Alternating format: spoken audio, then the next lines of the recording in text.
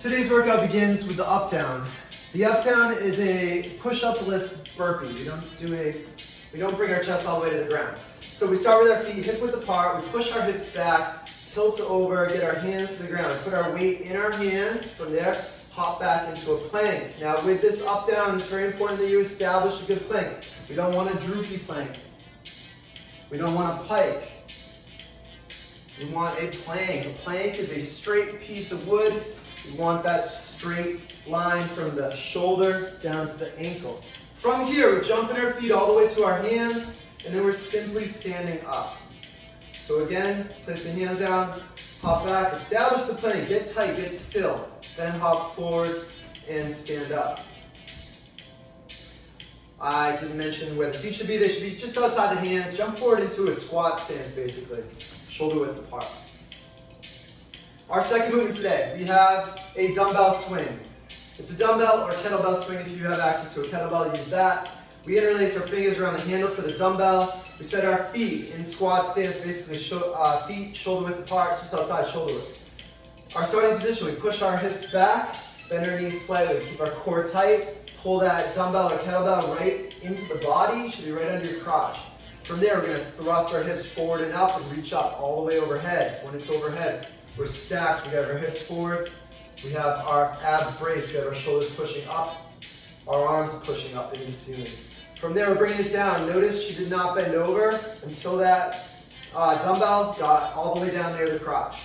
And then we're ready for the second rep, swinging up. So again, she brings it down, she keeps upright until the last second. I want you to focus on that as you bring it down. Let it come down while staying upright. And we're cycling these reps, just like that.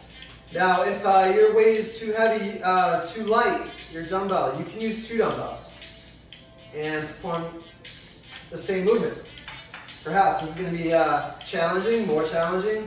You really have to stabilize, push up at the top hard, but essentially the same action. Our third movement today, we have the pull-up.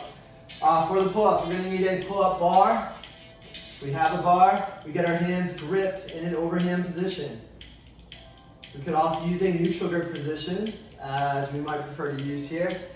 From there, we get a strong grip, we get a straight arm, hang, take our feet off the ground. We really want to have that straight position established. From there, we lean back, shoulders down and back, elbows in, we pull all the way up, chest to the bar, chest as high as possible.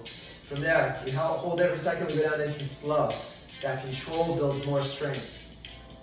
Speaking of building more strength, if you don't have a pull-up yet, or you don't have enough pull-ups, you need to train them. You can train the down process. So we'll stand up on a stool or a chair, we'll hop up and hold the top. Holding the top's important, and then going down nice and slow is even more important here, because you don't have the pull up, but you surely have some control on the way down. If you do not have a pull-up bar at all, we have the substitute of high pulls today, dumbbell high pull. You hold the dumbbells right in front of your body, your feet are basically right under your hips. We'll show the strict version first. High pull just means you're shrugging your shoulders up, pulling your elbows high and back, bringing those dumbbells up to your collarbone. If your dumbbells are too heavy, you can use your legs. Dip your knees, drive up, and pull up. So it's just a dip, stand aggressively, and pull up to the neck.